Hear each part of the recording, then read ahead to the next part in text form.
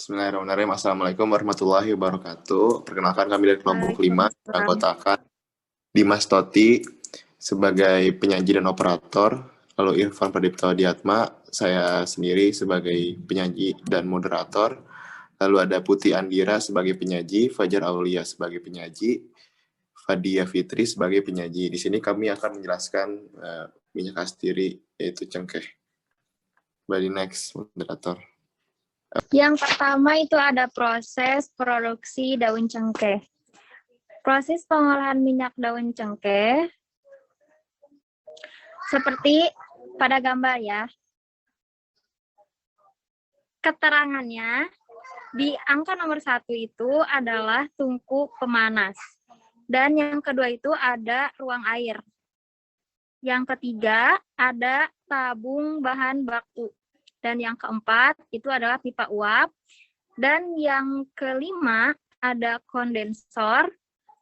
Dan yang keenam ada tabung pemisah. Dan yang ketujuh ada tabung pemisah kedua. Yang kedua itu ada sortasi. Sortasi bahan minyak daun cengkeh yang dilakukan di gudang sortasi. Bahan yang harus dipisahkan dari daun cengkeh adalah mungkin ikutnya dedaunan lain, ranting, kerikil, serta penting pula dipisahkan dari daun yang telah busuk, yang tak layak untuk diproses. Setelah bersih, lalu bisa dimasukkan ke tahap penyulingan. Dan yang ketiga itu ada pemanasan. Untuk proses pemanasan digunakan tungku serta ketel suling. Pada awal pemanasan digunakan bahan bakar kayu, dan apabila api telah menyala, bahan bakar dilanjutkan dengan daun cengkeh sisa dari proses yang telah lalu. Oke, selanjutnya ada proses keempat, ada kondensasi. Panduan yang harus dilakukan dalam membuat kondensator ialah pipa tidak kebocoran air pendingin suhu rendah. Dengan demikian, air sulingan serta minyak yang keluar benar-benar berbentuk cairan.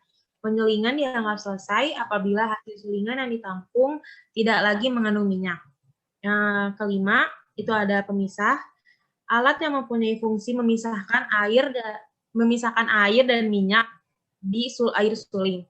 Salah satunya yang dapat dipakai adalah alat penampung kondensat.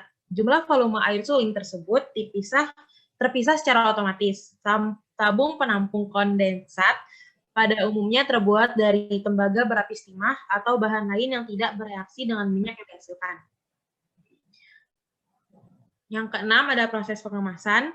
Jadi drum yang telah diisi minyak itu disimpan pada kondisi yang sejuk untuk menghindarkan kehilangan minyak atau aroma akibat dari penguapan. Pemberian rongga pada pengemasan atau drum juga diperlukan untuk memberi ruang gerak minyak astiri sewaktu pengangkutan.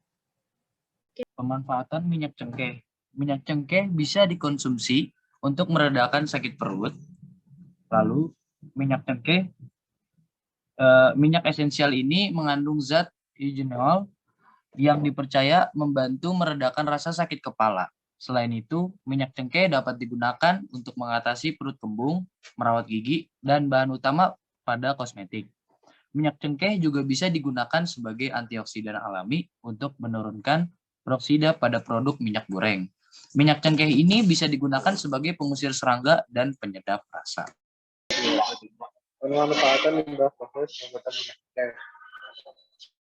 1. Menjadikan ampas daun cengkeh untuk proses bahan bakar selanjutnya. Ampas hasil penyulingan yang berupa daun cengkeh sekarang basah, lama-kelamaan bertambah banyak dan akan menimbulkan masalah.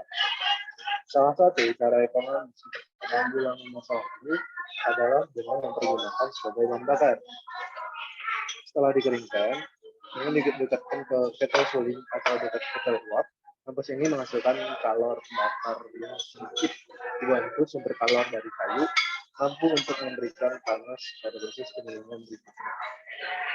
Yang kedua adalah abu dari tungku pemanas sebagai pupuk. Abu yang dihasilkan dari tungku pemanas dapat dimanfaatkan sebagai pupuk organik yang lebih baik bila dimanfaatkan sebagai pupuk organik dalam bentuk ampas. mengingat ampas daun cengkeh yang kurang mudah dalam pembusukan. Nah, mungkin cukup sekian presentasi dari kami, kurang lebihnya mohon maaf. Wabillahi taufiq wal hidayah. Wassalamualaikum warahmatullahi wabarakatuh.